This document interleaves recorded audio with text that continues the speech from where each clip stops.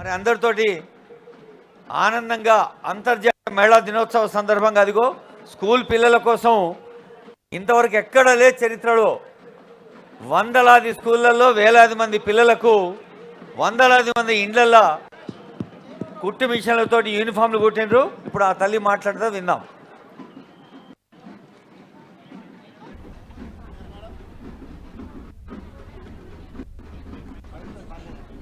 అక్కడ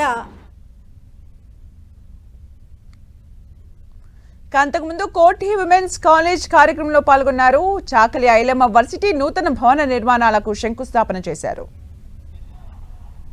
ఆనాడు ఘడీలకు దొరలకు నిజాంలకు వ్యతిరేకంగా పోరాట స్ఫూర్తిని ప్రదర్శించిన ఒక వీర మహిళ పేరు మీద ఈరోజు యూనివర్సిటీని ప్రారంభించుకోవడం, ఆ యూనివర్సిటీకి చాకలి ఐలమ్మ గారి పేరు పెట్టడమే కాదు, ఈ 100 సంవత్సరాల చరిత్ర కలిగిన యూనివర్సిటీకి 500 కోట్ల రూపాయలు ఈరోజు అభివృద్ధి పనుల కోసం నిధులను మంజూరు చేయడం నాకు చాలా సంతోషాన్ని, చాలా ఆనందాన్ని ఇచ్చిన ఈరోజు మీ అందరికీ నాది ఒకటే విజ్ఞప్తి, అంతర్జాతీయ స్థాయి యూనివర్సిటీలతో మీరు పోటీ పడాలి.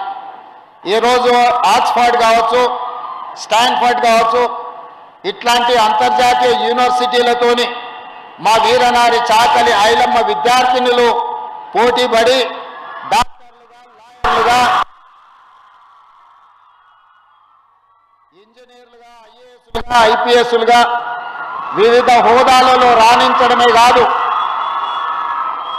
శ్రీ రాజీవ్ గాంధీ గారి కన్న కలలు మహిళలకు రాజకీయాలలో రిజర్వేషన్లు ఉండాలి అని మొట్టమొదట స్థానిక సంస్థలలో మహిళా రిజర్వేషన్లను నాడు తీసుకొచ్చిండు. ఆ మహిళా రిజర్వేషన్లలో భాగంగానే హైదరాబాద్ మేయర్గా గద్వాల విజయలక్ష్మి గారు ఈరోజు మీ ముందు ఉన్నారు.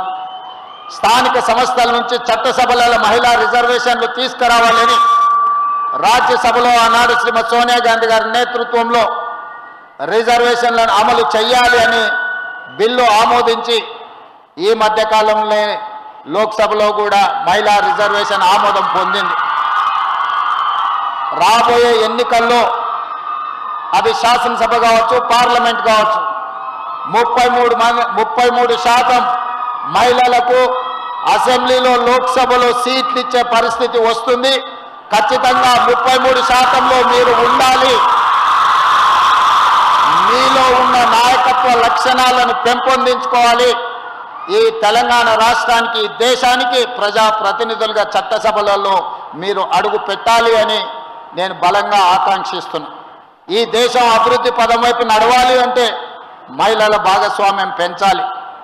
ఈ దేశానికి ప్రధానమంత్రిగా శ్రీమతి ఇందిరాగాంధీ గారు, రాష్ట్రపతిగా ప్రతిభా పాటిల్, లోక్సభ స్పీకర్గా మీరా కుమార్, ఈ విధంగా చెప్పుకుంటూ వెళ్తే 25 సంవత్సరాలు కాంగ్రెస్ పార్టీ అధ్యక్షురాలుగా శ్రీమతి సోనియా గాంధీ గారు మహిళలు బలమైన నాయకత్వాన్ని అందించిన చరిత్ర ఈ దేశానికి ఉన్నది.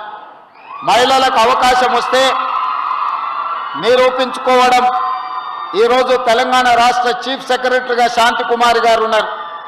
మీ ఎడ్యుకేషన్ సెక్రటరీగా యోగితా రాణా గారు ఉన్నారు.